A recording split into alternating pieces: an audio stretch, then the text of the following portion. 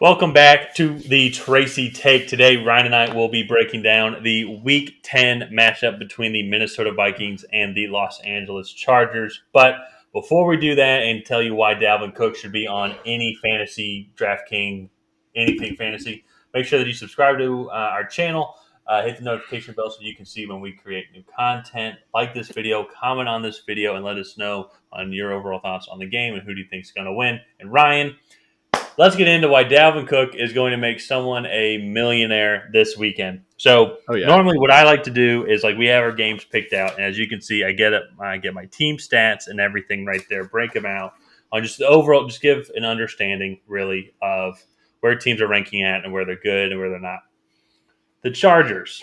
The Vikings don't have a good run defense. They are 30th overall in yards allowed per game with 136.6 rushing yards allowed per game.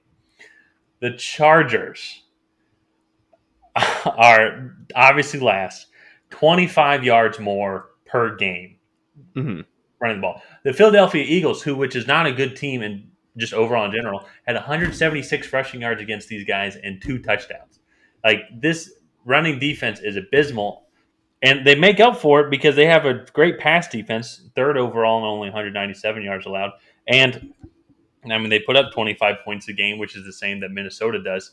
But that being said, with Minnesota Vikings and how potent that offense is, this is going to be a recipe for disaster, I think, for the Chargers, because they are the team that have a balanced offense and they can run the ball whenever they want. And then they have Justin Jefferson, Adam Thielen, KJ Osborne, Irv Smith Jr. They have all these receiving weapons on the outside. This is going to be a tough matchup, I think, for the Chargers to win. No, I 100% agree.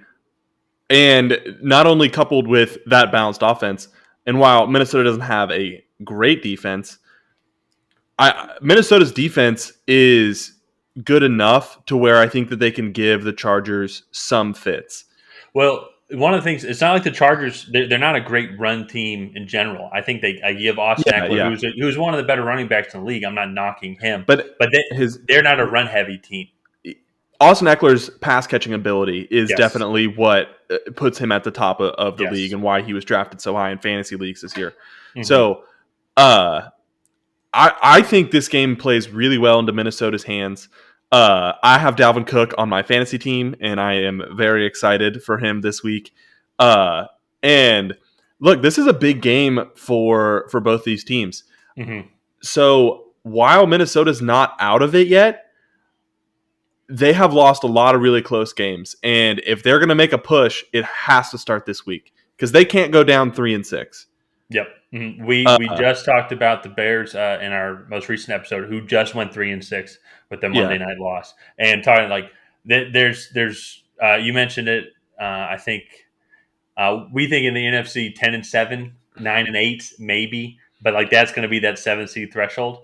Yeah. But if they lose this game, they'll be 3-6, and correct me if my math is wrong. They have to go 7-1. 7-1.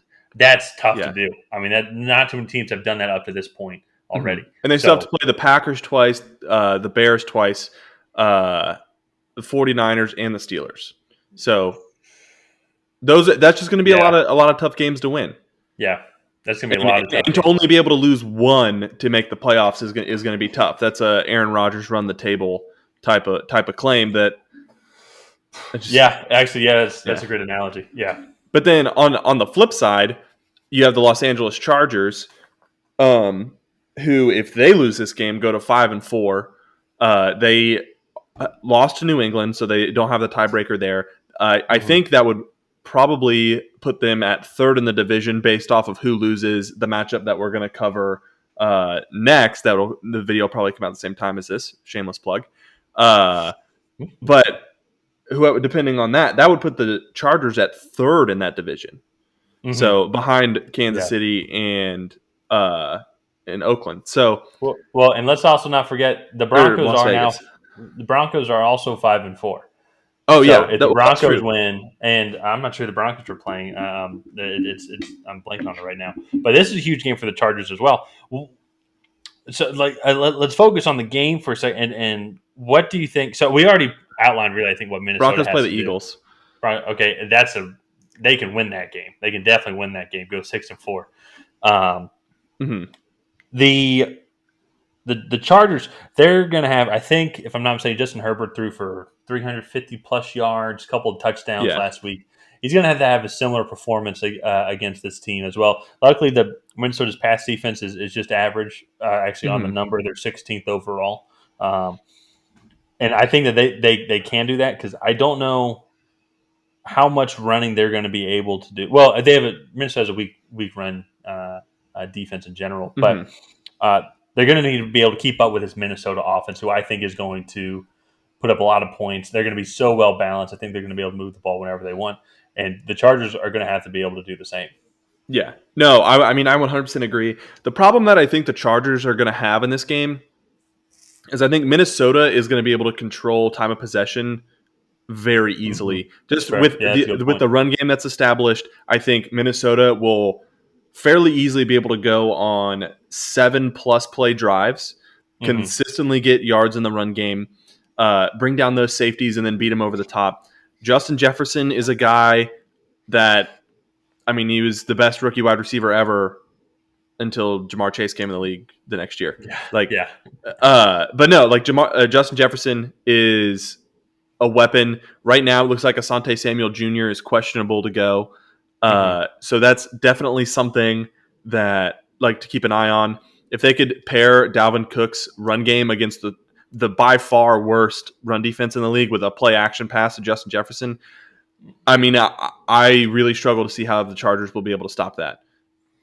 Yeah, yeah. I mean, it's just I can see this honestly being a game similar to when the Chargers played the Browns, and the Mm-hmm. Browns ran all over them, and the Chargers just had to answer every single time Yeah, because I honestly Minnesota's passing offense is better, but defensively they had Daniil Hunter at the time, so you could say that is their Myles Garrett.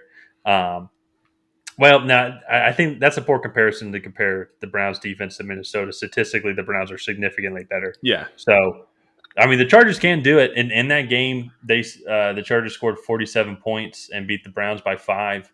So, yeah. and I think that's what it's going to take because I think Dalvin Cook, and then you also have Anthony Madison backing up Dalvin Cook. So even when Dalvin Cook needs a break, Madison can come in and they can feed him. He can also catch out of the backfield as well.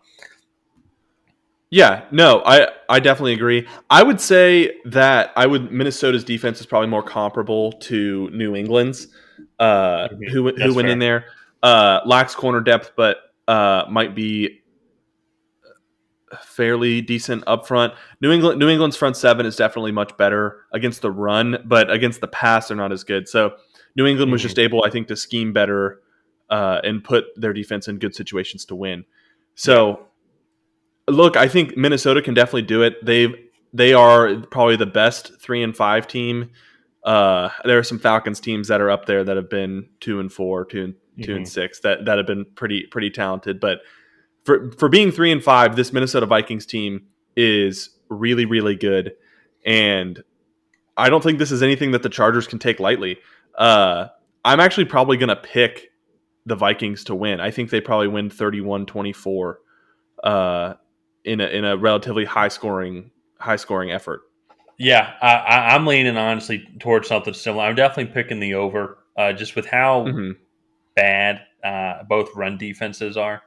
Um, it makes the game plan very simple, and when you are able to run the ball, it opens up Everything. the entire playbook, and Mm-hmm. that's not an issue for Minnesota. It's going to feed right into the type of football that they want to play. So I think that they're going to score probably at least 4 touchdowns, and the Chargers are going to have to match it.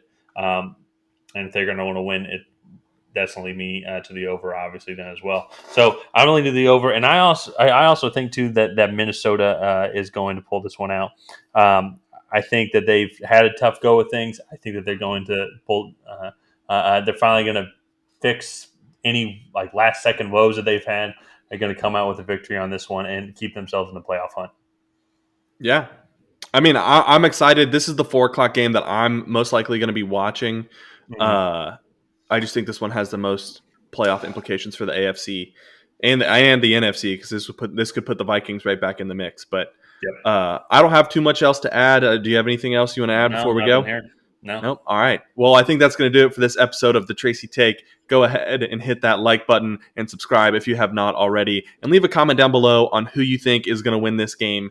We will give a shout out to whoever gives the best prediction. And we will see you guys next time.